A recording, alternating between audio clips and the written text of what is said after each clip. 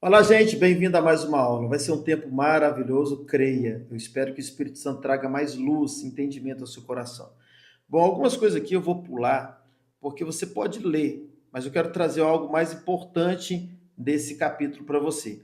Sobre a bondade de Deus, lembrando que a gente está aqui no final do capítulo de número 1, eu quero falar um pouquinho sobre a bondade de Deus. Você está com o livro na mão, você está vendo aí na página 32, falando sobre a bondade de Deus. Gente, Deus é sempre bom.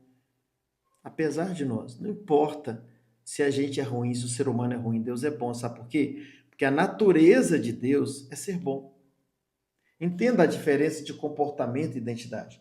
Deus ele não é bom no seu comportamento, Deus é bom na sua identidade. E a identidade não muda. Eu sou Zé Carlos e serei Zé Carlos pro resto da minha vida. Você, o seu nome, quem você é pro resto da vida. Ainda que você comporte de um jeito hoje, amanhã comporta de outro, o comportamento oscila, identidade não. Então você precisa entender sobre isso. Deus é sempre bom. Apesar de você, apesar de mim, ele decidiu ser bom. Ele é amoroso, sabe por quê? Porque ele é o próprio amor. Ele é gracioso porque ele é a própria graça. Ele é bom. Moisés estava preocupado lá em Êxodo 33, está aqui no livro, você pode ler com calma depois, em ver a glória de Deus. Ele chegou para Deus e falou assim: mostra-me a sua glória. Olha só, a questão do poder. E Deus falou assim: quando eu passar, você vai ver a minha bondade. Olha só. Ele pediu para ver a glória, mas Deus falou assim: eu quero te mostrar a minha bondade. Você precisa resolver isso dentro do seu coração. Você precisa resolver isso na sua crença. Deus é bom. Agora, se você crê, preste atenção, que Deus é mau, para você ele será mau. Ainda que ele é bom, mas tudo que acontecer na sua vida, você vai pensar que foi ele, que é o juízo dele, a maldição dele, a maldade dele mesmo. Mas não, querido, creia, Deus é bom. Ele é sempre bom. Quando ele olha para nós, ele não nos vê diretamente. Ele nos vê através de Cristo. Cristo é a ponte. Lá em Colossenses capítulo 3, versículo 3, Paulo vai dizer que nós estamos dentro de Cristo. E Cristo está dentro do Pai. Então, quando Deus olha a gente lá dentro de Cristo, primeiro ele viu quem? Cristo. E quando ele vê Cristo, ele vê a obra perfeita. Ele vê o sacrifício, ele vê que foi pago, ele vê que nós somos justificados, nós somos aceitos, amados, nós somos salvos, nós somos mais que vencedores, nós somos abençoados. Deus ele é sempre bom. Há um hino que diz assim: provei e pude ver que tu és bom. E que você seja alguém que prove e vede que ele é bom. Nos momentos difíceis da sua vida, clame por ele e você vai ver a manifestação da bondade dele. O próprio salmista diz assim: provai e vede que o Senhor é bom. Então resolva isso dentro do seu coração. Não queira mudar Deus, mas mude o seu coração para crer que ele é sempre bom. Bom, vamos lá. Então falei um pouco sobre a bondade de Deus e agora eu quero entrar já no capítulo de número 2, que fala de uma poderosa união. Preste atenção. Na velha aliança, isso aqui você precisa entender também que isso é muito importante. Igual a gente tem, né, esse hábito de despedir de alguém e dizer para essa pessoa assim: vá com Deus. Vá com Deus. Está errado? Não. Mas você sabe que na nova aliança, os filhos de Deus não andam com Deus e Deus não anda com a gente. Ele pode até andar com a gente também, porque ele é onipresente. Mas deixa eu dizer algo para você, você precisa guardar isso no seu coração. Melhor do que Deus com é Deus em nós. Na velha aliança, Deus habitava com o homem. Na nova aliança, Deus habita no homem, é dentro de nós. Pastor, explica isso de uma forma melhor. Gente, isso é libertador quando você entende. Olha para essa caneta. Essa caneta, ela está comigo. Comigo, certo? Eu posso sair daqui e não levar essa caneta. Você já perdeu alguma coisa na sua vida? Uma blusa, eu perdi lá foi em Moçambique, numa ida minha lá, eu deixei uma jaqueta cara que eu tinha no carrinho aquele carrinho de mala, de carregar as malas, eu deixei a jaqueta no carrinho e fui passar as malas, despachar as malas lá no check-in. Quando eu voltei, eu voltei e esqueci do carrinho com a minha jaqueta. A jaqueta andava comigo, ela foi embora, perdi. Espero ter abençoado alguém com essa jaqueta, porque ela andava comigo. Mas sabe essa mão aqui? Essa caneta também eu dei o exemplo, né? que ela pode estar aqui comigo agora e depois não estar comigo, eu posso deixá-la para trás, correto? Mas sabe essa mão aqui? Essa mão aqui estava lá em Moçambique também, no dia que eu despachei as malas. A mão continua aqui. Sabe qual a diferença? É que a jaqueta estava comigo e ela ficou para trás, mas a mão está em mim. Ela continua aqui, ela está grudada no meu corpo. Essa é a grande diferença. Pastor, onde você quer chegar? Preste atenção, o Deus da velha aliança é a jaqueta que andava com o homem. Então Deus deixava o homem segundo os comportamentos do homem. Quando o homem falhava, Deus se afastava. Quando o homem se santificava e buscava e clamava, buscar-me-eis e me achareis, quando me buscardes de todo o vosso coração. Então Deus se aproximava, era assim. De acordo com o comportamento humano, Deus se comportava. Era o Deus de depois. O homem fazia. Ação, reação. Era assim. Pastor, é assim ainda? Não. Hoje Deus está em nós. Em todos os filhos de Deus. É mão no braço. Então preste atenção. Onde você estiver, Deus é contigo. Ele não está, ele é, ele habita em você. Pastor, eu sou crente hoje, eu sou filho de Deus. Vamos imaginar que eu venha desviar. Espero que nunca isso aconteça contigo. Mas vamos imaginar que você venha desviar. Fique sabendo agora de uma vez que mesmo você desviado como filho de Deus, Deus vai estar lá onde você estiver em você. Isso nunca mais vai mudar. Para você entender melhor, só para você entender melhor. Batata com batata se separa. Você põe as batatas numa banca de batatas, cada um leva para um lado e se separa.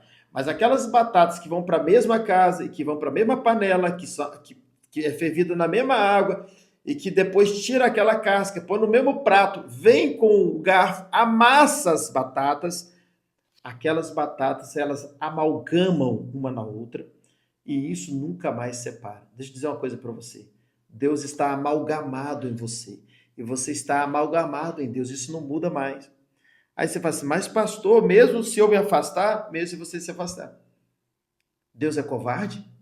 Que Deus covarde seria esse que quando você mais precisa dele, ele vai se afastar de você?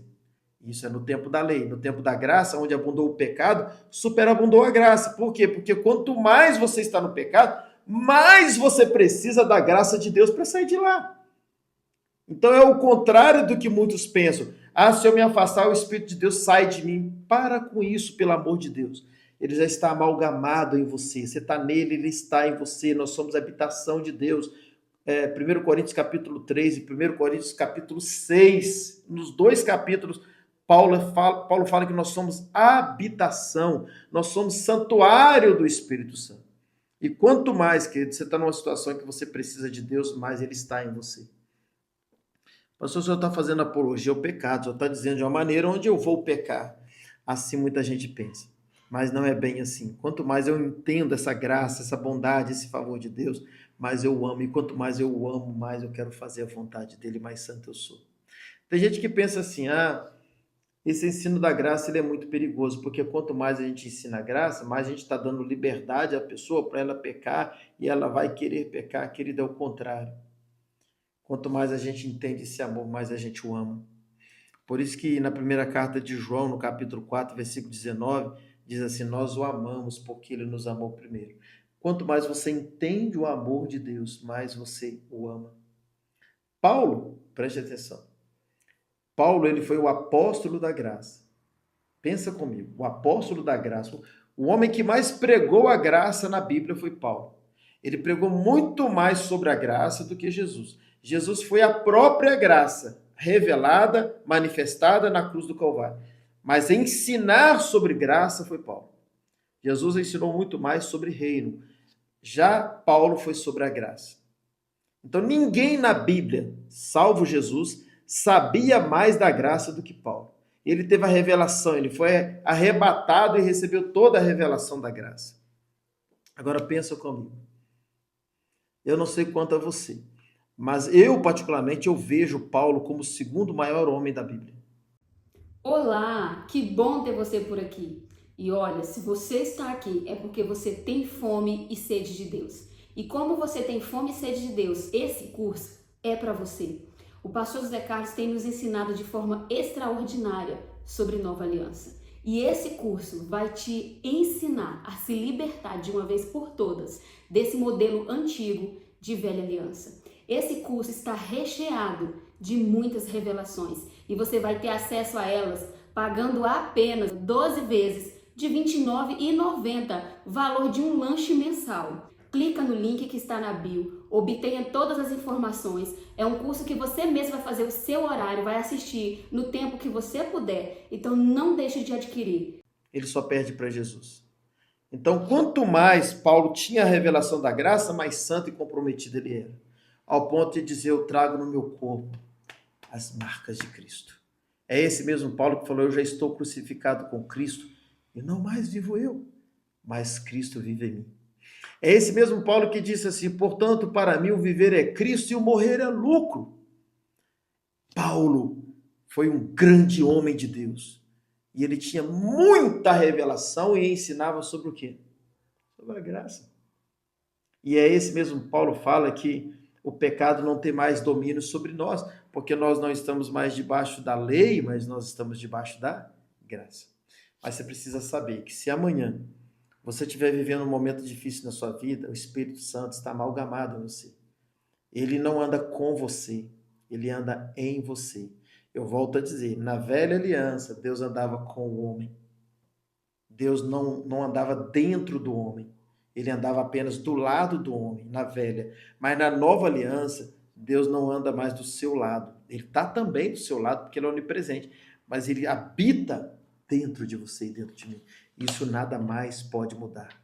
Jaqueta, só para você lembrar. Jaqueta, velha aliança, anda com. Nova aliança, mão, anda em. Isso não separa mais. Então, quando você estiver vivendo um momento difícil da sua vida, mesmo que você esteja praticando algum pecado, afastado, desviado, entenda, o Espírito Santo está ali para te dar força. Ele está ali para te resgatar, ele está ali para te trazer de volta. Basta você clamar por ele e ter essa consciência da graça. Quanto mais você tem essa consciência da graça, menos consciência você tem de condenação. Você não está em condenação, mesmo, infelizmente, errando, porque Cristo já foi condenado no seu lugar. E o seu pecado já foi perdoado. Eu sei que os religiosos têm dificuldade em entender isso, mas os nossos pecados, diz a Bíblia, que foram perdoados. Os pecados de ontem, os pecados de hoje, os pecados de amanhã. Amém? Bom, então vamos lá. Essa é a poderosa união, né? Que não é mais batata com batata, mas é batata na batata. Então, mais um pouquinho aqui para nós, tá? Entenda, nossas crenças, por isso que é bom a gente aprender, porque como eu aprendo, eu vou crendo.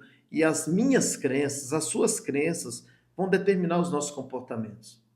Eu creio e assim eu me comporto. Agora, o comportamento não tem o poder de ditar as regras de quem eu sou. Mas quem eu sou vai ditar as regras de como eu me comporto. Você está vendo a diferença? Primeiro identidade, depois o fruto. Então, quando eu creio em quem eu sou, eu me comporto como? Quando eu creio que eu sou amado, que eu sou filho, que eu sou justificado, que eu sou regenerado, que eu sou aceito, que eu sou agraciado, que eu sou salvo. Quanto mais eu creio nessas verdades de identidade, mais eu vou me comportar como? E quando eu me comporto errado, eu consigo ter um entendimento que esse comportamento não combina com quem eu sou. Que esse comportamento é menor do que quem eu sou. Isso é o domínio sobre o pecado. Eu não posso olhar para os meus pecados, preste atenção, para definir quem eu sou. Porque se fosse assim, todos nós éramos o quê? Todos nós pecamos. Eu, como pastor, peco. Todo ser humano peca, todos os filhos de Deus pecam. O bispo, o apóstolo, o reverendo, o homem mais cheio de Deus dessa terra, ele peca. Agora imagine se a gente for olhar para o nosso comportamento para definir quem nós somos, ou para definir o amor de Deus. A gente não vai crer, vou manter a página aqui, senão me perco. A gente não vai crer no amor de Deus, a gente não vai crer na nossa identidade. Toda vez que eu olho para o meu comportamento, eu vou ter um problema seríssimo com a minha crença, porque o meu comportamento não é bom. E não sendo bom o meu comportamento, naturalmente eu vou crer de forma errada. Então, o que eu preciso fazer? Eu não posso olhar para o meu comportamento, eu preciso olhar para a minha identidade. Eu preciso ver quem de fato eu sou em Cristo. A partir do momento que eu defino quem eu sou em Cristo, assim eu me comporto. Então, só para a gente entender, os meus comportamentos não podem ditar as regras de quem eu sou, mas quem eu sou vai ditar as regras de como eu me comporto. Então, primeiro a minha identidade, depois o meu comportamento. Amém? Então, vamos lá. É outra coisa que eu quero passar para vocês aqui, para ficar bem claro sobre esse assunto aqui. Vamos lá. Entenda, nossas crenças determinam os nossos comportamentos. Eu creio e assim eu me comporto. E através dos nossos comportamentos, o diabo sabe o que estamos crendo. Isso aqui é muito sério, gente. Nota bem quente aqui. Mas vamos lá.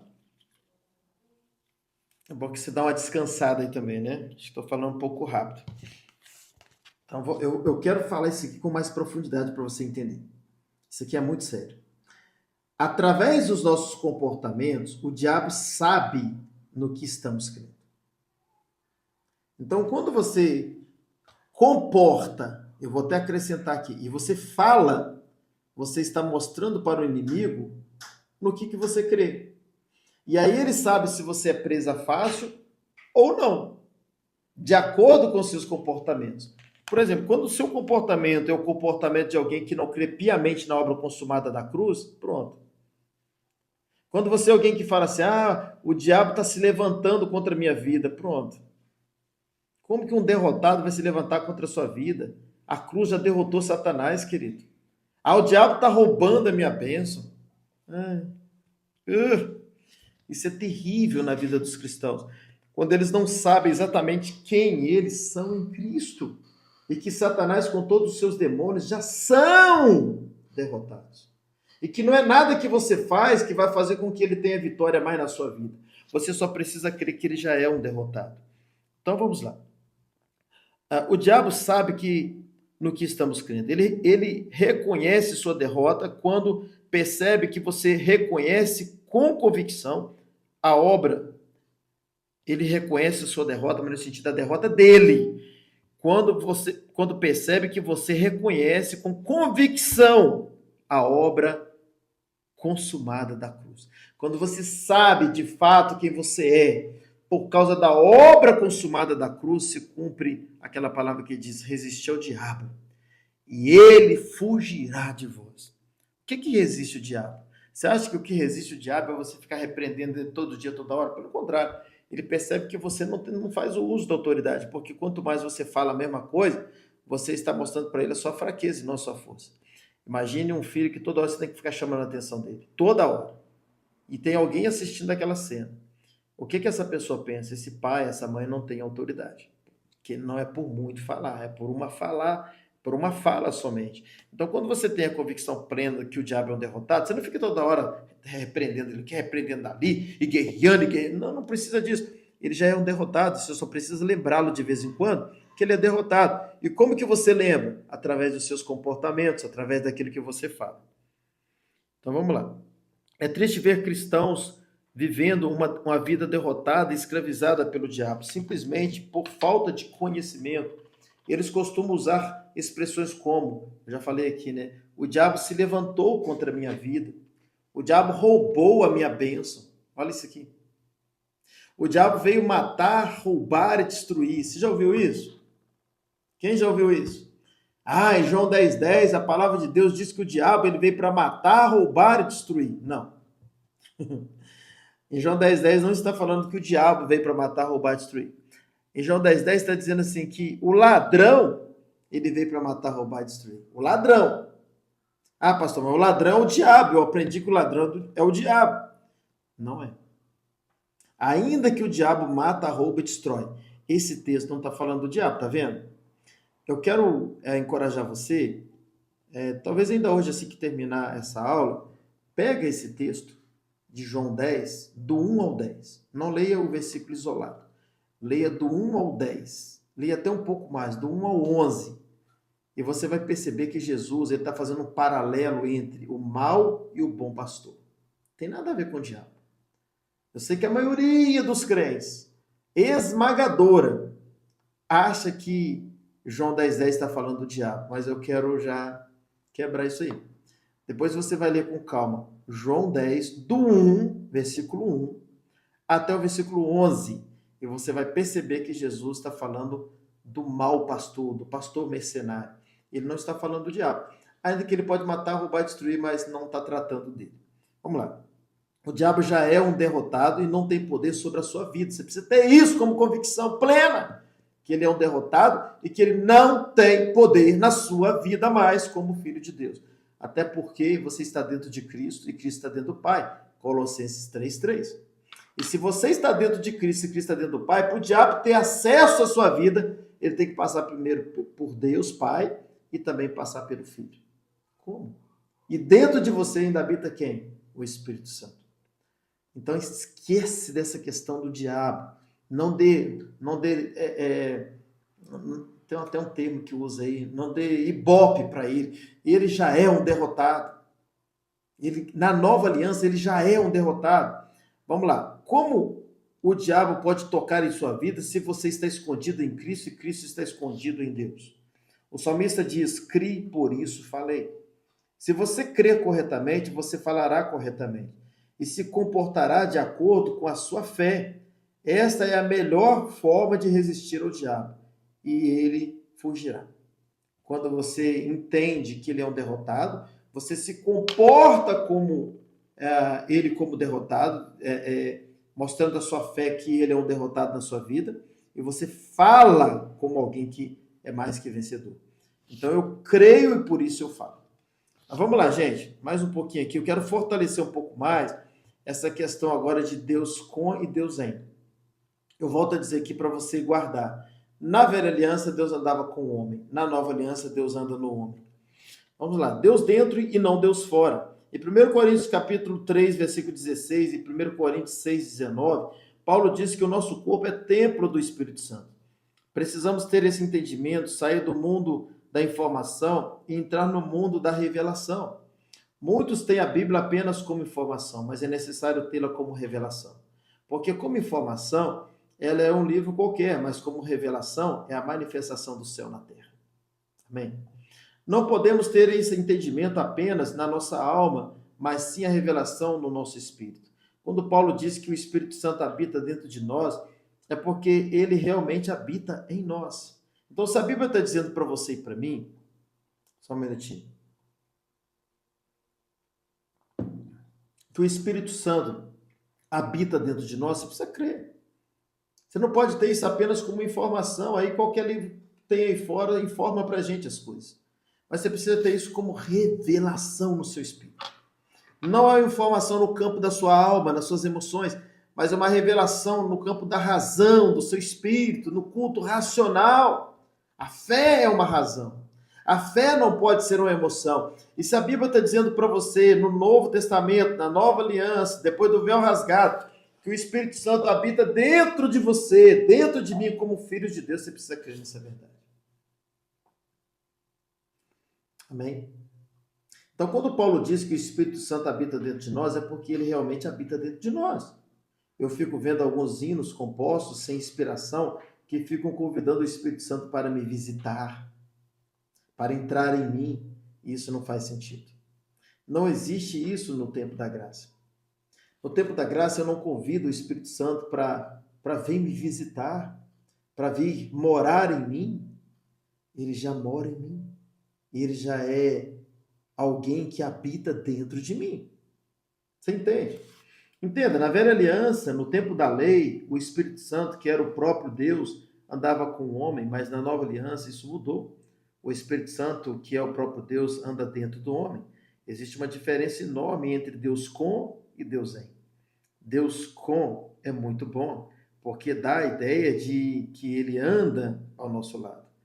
É onipresente, e isso já seria maravilhoso. Mas na nova aliança isso melhorou, porque Deus não é mais um Deus com, mas é um Deus em. E aí que eu dou o exemplo da batata, que eu já falei para vocês sobre a batata, né? Que é uma fusão, né? Vamos lá. Por isso Paulo diz em 2 Coríntios 4,16, olha só, vamos lá, que ainda que o exterior se corrompa, o interior continua de glória em glória. E é por isso que não nos desfalecemos. Por quê? Ainda que do lado de fora está tudo mal, do lado de dentro está tudo bem. Por que está tudo bem? Porque do lado de dentro tem Deus, tem o Espírito Santo que habita em nós. E do lado de fora, às vezes, está tudo como dizem por aí, de perna para o ar, mas do lado de dentro está tudo em ordem. Por isso, Paulo vai dizer que nós não desfalecemos, que ainda que o exterior se corrompa, o interior continua de glória em glória. Paulo também afirma que existe um tesouro em vaso de barro, porque o que está dentro é maior e mais valioso do que o que está fora. Nossos problemas, fraquezas, agonias e decepções deveriam acabar quando entendemos que por dentro está tudo resolvido e que o lado de fora não tem o poder de prevalecer sobre o lado de dentro. Isto é, a alma não tem o poder de prevalecer sobre o espírito. Entenda? Você tem um Deus que habita de dentro para fora, dentro de você. E não há como separar isso. Ah, pastor, mas aprendi que quando eu erro, quando eu peco, Deus se afasta de mim. Então esse Deus seria um covarde, porque quando você está fraco, quando você está em pecado, como filho de Deus, é o momento em que você mais precisa dele. Concorda? Quantas pessoas desviadas aprenderam na igreja que nessas horas Deus se afasta delas? E aí elas não conseguem voltar porque acreditam nesse entendimento. Se Deus se afastou, como vão ter força para voltar? Elas acham que se pecam, perdem a força, e se estão fracas, não vão conseguir retornar. A falta de compreensão da graça, infelizmente, leva à queda. E o pior, elas não conseguem voltar. Por isso, Paulo exorta a igreja da Galácia, porque eles decaíram da graça. E assim, se você... Perdão, gente. E assim, se você cai no pecado, a graça te levanta. Mas se você decai da graça, quem vai te levantar? Infelizmente, essa visão da igreja de que é pelo nosso esforço que somos cristãos, que conseguimos ir ao culto, orar, buscar a Deus, nos leva a crer que quando falhamos, não temos mais forças para voltar. Mas não é o nosso esforço, é tudo pela graça de Deus. Não é na nossa força, é pelo poder de Deus, um Deus que habita dentro de nós. Acredite nessa verdade. E Ele habita em você não é porque você é bom, é porque Ele é bom. Ele é bom. Por isso, quando Jesus diz a Paulo, em 2 Coríntios, a minha graça te basta, ele respondeu, quando eu estou fraco, e é aí que eu sou forte. Olha a grande diferença entre estar... Estamos terminando essa aula, tá, gente? Olha a grande diferença entre estar e ser. Estar é um comportamento, ser é uma identidade. Paulo está dizendo assim, ainda que eu estou fraco, eu sou forte. O profeta Joel, orientado pelo Espírito, ele disse, diga ao fraco, eu sou forte. Mas é a nossa própria força? Não. É a graça, é a força dele em nós. Né? O estar é uma condição, o ser é uma identidade. E agora eu te pergunto, o que é mais forte, uma condição ou uma identidade? Então você precisa, nós vamos parar por aqui, e você precisa estar com a convicção plena no seu espírito, que não é nada sobre você, é tudo sobre Ele. É tudo por causa da graça, da bondade e do favor de Deus. É Ele quem nos fez filhos. E como filhos, nós somos identidade de filho. Nós somos parecidos com o nosso Pai. Ele é bom. Não é por aquilo que a gente faz, mas é por tudo aquilo que Cristo naquela cruz fez. Bom, gente, nós vamos parar por aqui e até a próxima aula. Deus é bom, apesar de nós.